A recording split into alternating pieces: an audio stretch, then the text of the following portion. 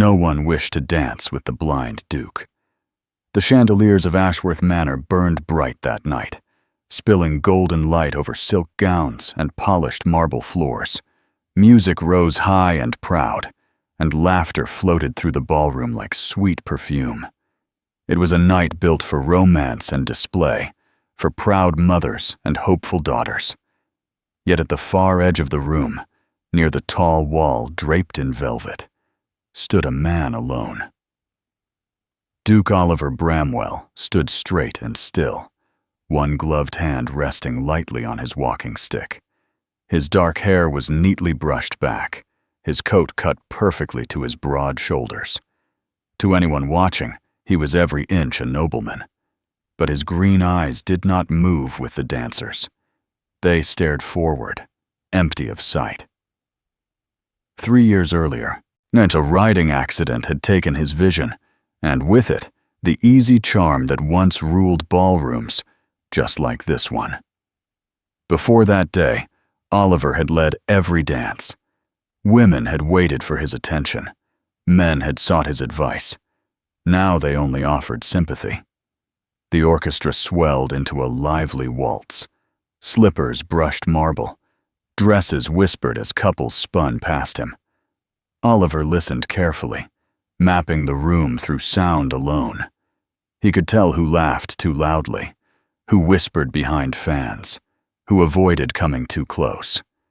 No one asked him to dance. He did not blame them. A blind partner was an embarrassment, a risk, a reminder that fortune could turn cruel without warning. Still, as the music rose higher, a quiet ache settled in his chest. He remembered the feeling of leading a partner across the floor, and the simple joy of movement and trust. Those days felt like someone else's life. Lord Ashworth approached with loud, cheerful steps. "Bramwell, my dear fellow, it's good you came tonight. The season is dull without you." Oliver offered a polite smile. "I fear the season is managed quite well without me." Ashworth cleared his throat. "Nonsense. There are new families in town. Fresh faces. You must not hide yourself away." Hide. The word struck deeper than Ashworth intended. Oliver had hidden. After the accident, he retreated from society. Each gathering had become a performance of false cheer, of pretending not to hear the pity in every greeting. "I am not hiding," Oliver said evenly. "I am merely standing still." Ashworth laughed awkwardly and soon excused himself, leaving Oliver once more at the edge of joy. The music shifted into a slower melody. Couples paired off again. Still, no one approached him. Across the ballroom, a young woman stood near a pillar. Watching, Rosa Collins did not belong among the glittering gowns and heavy jewels. Her dress was simple pale blue, neatly pressed but modest. She stood beside Lady Thornton, the elderly widow she served as companion. Sarah had learned to make herself small in grand rooms. Companions were present, but never central. They fetched shawls, carried messages, and stood quietly while others enjoyed attention. But tonight, she could not stop looking at the Duke. She had heard the whispers, of course. Everyone had. The tragic accident, the lost sight, the once brilliant man reduced to a figure of sympathy. Yet that was not what she saw. She saw a man standing tall despite isolation. A man listening carefully, as if the world spoke in ways others could not hear. A man who deserved more than to be treated like fragile glass. Another waltz began. Sarah watched as couples passed close to him, skirts brushing the air near his coat, yet none daring to pause. His fingers tightened slightly around his cane. Something inside her shifted. "Lady Thornton," Sarah said softly, "may I step away for a moment?" The older woman studied her with wise eyes. "Of course, my dear." Sarah smoothed her gloves and walked across the ballroom. Each step felt heavier than the last. She could feel the eyes already turning toward her. A companion did not approach a duke uninvited. She stopped before him. "Your Grace." Oliver turned his head toward her voice. It was warm, steady, not nervous, not pitying. Yes?" "My name is Sarah Collins. I was wondering—" She took a quiet breath. "Would you honor me with this dance?" The music seemed to falter, though it did not truly pause. Conversations around them softened into shock. Oliver stood very still. He had grown used to kindness wrapped in careful tones. But this voice held none of that careful distance. It held invitation. "You wish to dance with me?" he asked quietly. "Yes," she answered simply. "If you are willing." A faint smile touched his lips. "I must warn you, I have not danced in 3 years. Then we shall both be learning tonight," she said gently. He extended his arm. Gasps rippled through the room. Sarah placed her hand lightly on his sleeve, steady and sure. Together they stepped onto the dance floor. At first, Oliver's movements were cautious. He listened for the rhythm, for the subtle shift in Sarah's breathing. She guided him with the softest pressure of her hand, never pulling, never pushing, just enough. "You're doing wonderfully," she whispered. "I am following your lead." "You are leading," she replied softly. "I am only reminding you of the steps." Something in her words loosened a knot inside him. The memory returned slowly. The turn, the glide, the gentle sweep of the waltz. His body remembered what fear had hidden. They moved as one. Around them, the room had gone nearly silent. People watched, astonished, uncertain whether they witnessed bravery or madness. Oliver did not care. For the first time since the accident, he did not feel like an object of pity. He felt like a man again. When the music ended, applause broke out, hesitant at first, then stronger. Sarah stepped back slightly, her cheeks flushed, but her chin lifted proudly. "Thank you," Oliver said, his voice low with emotion. "For what?" "For seeing me." Her breath caught. "I only saw a gentleman who deserved a dance." He laughed softly, a sound of pure warmth rarely heard in recent years. "Miss Collins," he said, "might I call upon you tomorrow?" A hush fell again. She hesitated only a moment. "Yes, Your Grace. Lady Thornton receives visitors in the afternoon." "Then I shall come." As Sarah returned to her place beside Lady Thornton, whispers followed her like wind through leaves. Shock, disapproval, curiosity. But beneath it all, something else stirred. Hope. Oliver remained standing in the center of the floor long after she left, as if absorbing the echo of the moment. No one else asked him to dance that night. No, he did not mind. For the first time in years, the darkness around him felt less heavy. Across the room, Sarah pressed a trembling hand to her chest. She knew what she had done would cause talk, perhaps trouble. Yet as she remembered the way he had smiled when she placed her hand in his, she knew she would do it again without hesitation. Sometimes a single step onto a dance floor could change 2 lives forever. Neither of them knew that by morning, all of London would be whispering, and neither of them yet understood how fiercely society would fight to keep them apart. By morning, London was alive with whispers. In drawing rooms across Mayfair, women leaned close over porcelain teacups and spoke the Duke's name in lowered tones. Gentlemen folded newspapers with raised brows and slow shakes of their heads. But the blind Duke had danced. Not only danced, but with a companion. At Bramwell House, Duke Oliver sat in his study, his fingers moving across a sheet of braille. Yet he was not reading the words beneath his touch. His thoughts were still in the ballroom, still feeling the warmth of Sarah's hand resting trustingly in his. Thomas, his loyal valet, stood nearby in careful silence. "Your Grace," Thomas said at last, "there are already visitors calling, Lord Ashworth among them." Oliver gave a faint smile. "I expected as much." He rose, straightened his coat, and set aside the paper. For 3 years, he had avoided confrontation. For 3 years, he had accepted the quiet shrinking of his world. No longer. When he entered the drawing room, the air felt heavy. Lord Ashworth stood beside Lady Margaret and her daughter, Lady Catherine. The scent of expensive perfume lingered sharply. "Bramwell," Ashworth began carefully, "we thought it best to speak with you at once." Oliver inclined his head politely.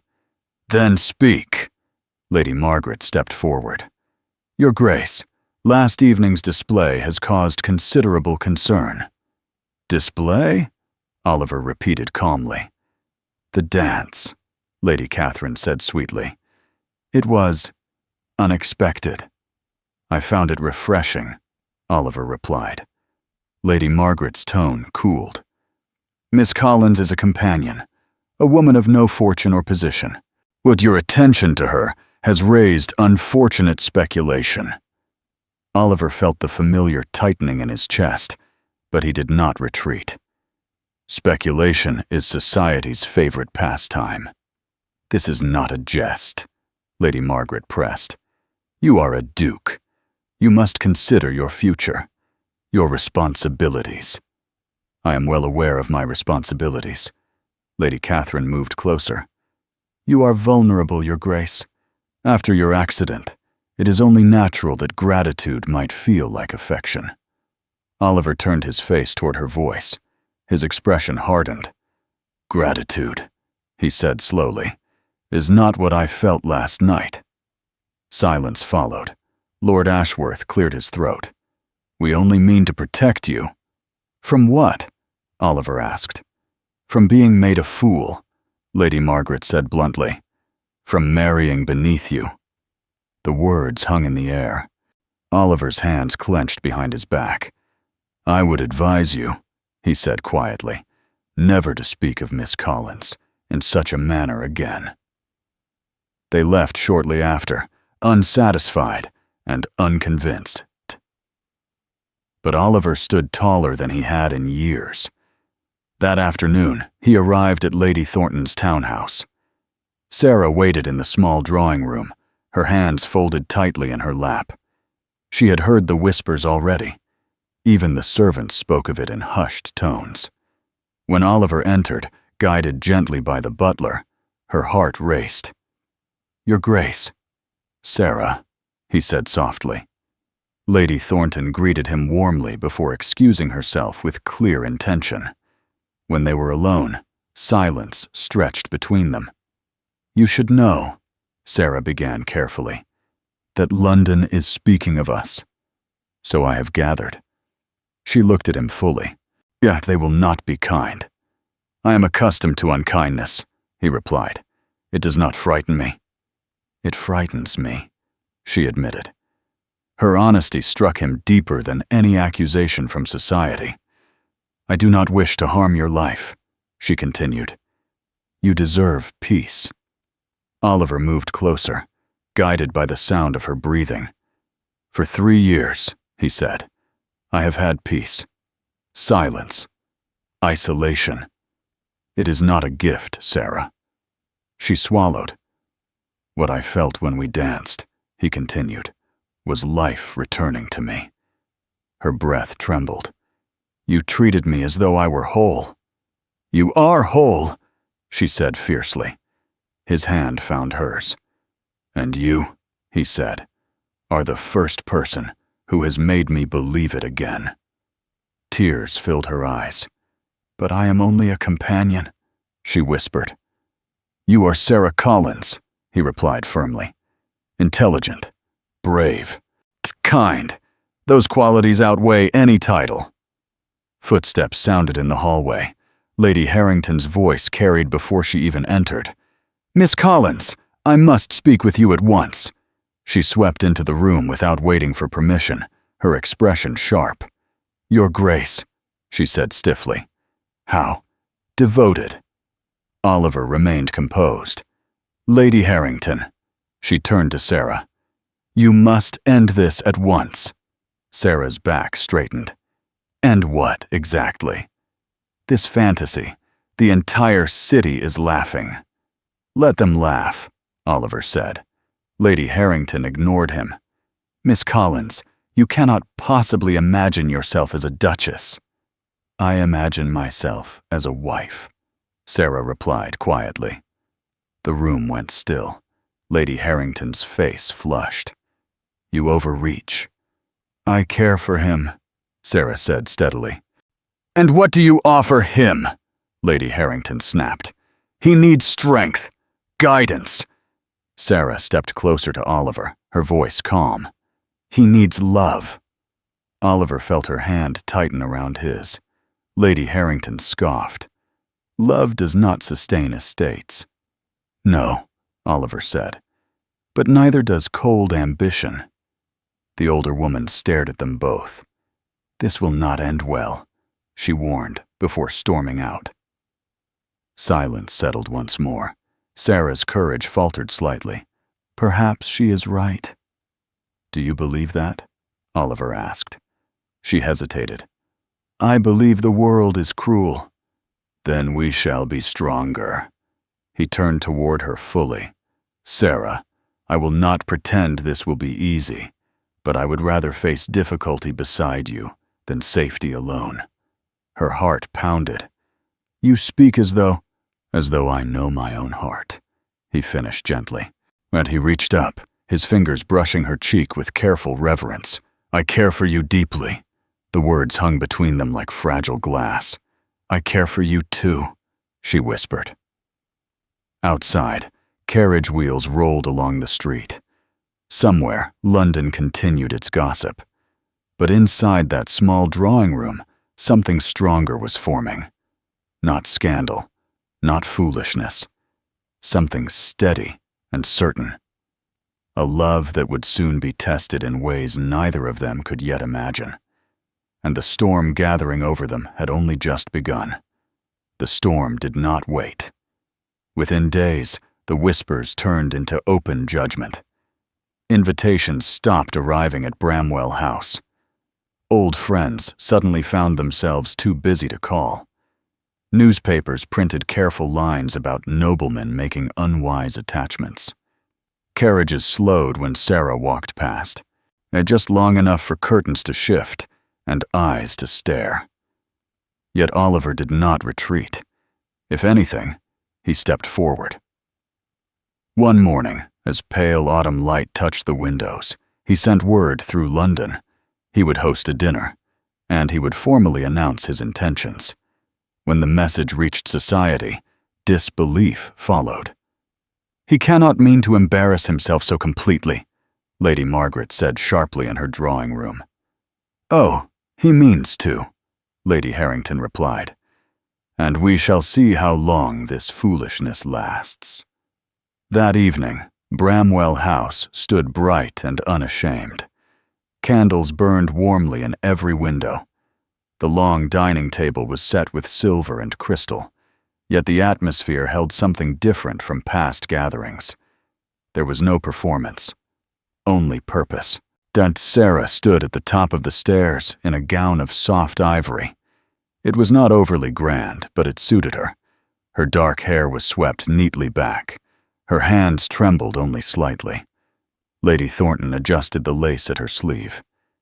"You may lose their approval," she said gently, "but you will never lose your dignity." Sarah nodded. Below, Oliver stood waiting near the fireplace. He looked composed, yet his heart beat heavily in his chest. Tonight would decide everything. The guests arrived in waves of polite curiosity. Some came to witness a scandal. Others came hoping to prevent one. Lady Margaret entered with stiff grace. Lord Ashworth followed, his face lined with concern. Lady Catherine moved like a pale shadow beside her mother. The murmurs quieted as Sarah descended the staircase. Every eye turned, while Oliver heard the shift in the room. He felt it in the air. "She is here?" he asked softly. "Yes," Thomas whispered. "She looks radiant." Sarah crossed the room and stopped beside him. Without hesitation, she slipped her hand into his. The gesture alone sent a ripple through the crowd. Oliver lifted his chin. "My friends," he began, his voice steady and clear. "Thank you for coming." Silence deepened. For 3 years, I believed my life had narrowed beyond repair. I believed my blindness had taken not only my sight, but my place in this world. He paused. Then one evening, when no one wished to dance with me, a woman stepped forward. A few guests shifted uncomfortably. She did not see a burden. She did not see tragedy. She saw a man. Sarah's grip tightened gently, and in doing so, she gave me back my courage. The room held its breath. "I intend to marry Miss Sarah Collins." The words fell clean and final. Gasps broke free. Lady Margaret rose halfway from her seat. "You cannot be serious." "I have never been more serious in my life." "This is madness," Lord Ashworth muttered. Oliver remained calm. "It is clarity." Lady Catherine's voice trembled. "You will regret this." "No," he said quietly. "I regret only the years I wasted living in fear." He turned slightly toward Sarah. "Miss Collins has more strength than many born into title. She has more kindness than many raised in privilege, and she has my heart." The truth of his voice carried beyond doubt. Sarah stepped forward then, her own courage rising. "I know I am not what society expects," she said. "I do not bring wealth or status, but I bring loyalty. I bring devotion. I bring the promise to stand beside him, not because he is a duke, but because he is Oliver." Some guests lowered their eyes. Others softened. Lady Harrington's lips pressed thin. "You will be isolated." "Then we will build something new," Sarah replied. The tension hung heavy. Then, unexpectedly, an older gentleman rose from the far end of the table. Dr. Harrison, Oliver's longtime physician and friend. "I stand with the Duke," he said firmly, "and with Miss Collins. I have watched him suffer in silence. I have seen what her presence has restored in him." A murmur spread. One by one, a few others nodded. Not many, but enough. Lady Margaret gathered her shawl sharply. "Come, Catherine. We will not witness this farce." They left in a sweep of silk. Several others followed, yet some remained. The dinner continued, smaller but warmer. When the last guest departed, silence settled gently over Bramwell House. Sarah released a long breath. "It has begun," she whispered. "Yes," Oliver said. "Are you afraid?" He considered the question. "Only of losing you." She stepped closer. "You will not." He reached up, touching her face softly. "Then I am not afraid at all." The days that followed were difficult. More doors closed. More whispers followed them. But something else happened too. The letters arrived. Quiet notes of support from those who admired courage more than convention.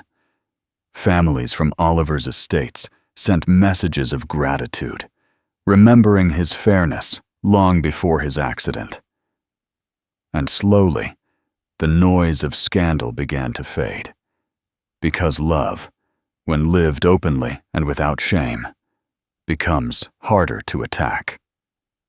A month later, on a quiet morning filled with pale sunlight, Oliver and Sarah stood in the small chapel on his estate. There were no grand crowds, only Lady Thornton, Dr. Harrison, a few loyal friends, and the steady voice of the vicar. When Oliver spoke his vows, his voice did not shake. When Sarah answered, her words carried no doubt. "I do." Their hands joined, their hearts sealed. Outside the chapel doors, the wind moved gently through the trees. No one cheered, no one protested. But there was only peace. As husband and wife, they stepped into a world that had not expected them to succeed. And in time, they did more than succeed. They hosted gatherings not built on gossip, but on purpose. They opened their home to those often overlooked. They showed London that blindness did not weaken a leader, and that humility did not diminish a duchess. Years later, when people spoke of them, they no longer whispered scandal. They spoke of partnership, of kindness, of strength. And sometimes, on warm evenings, when music drifted softly through Bramwell House, the Duke and his Duchess would take the floor together.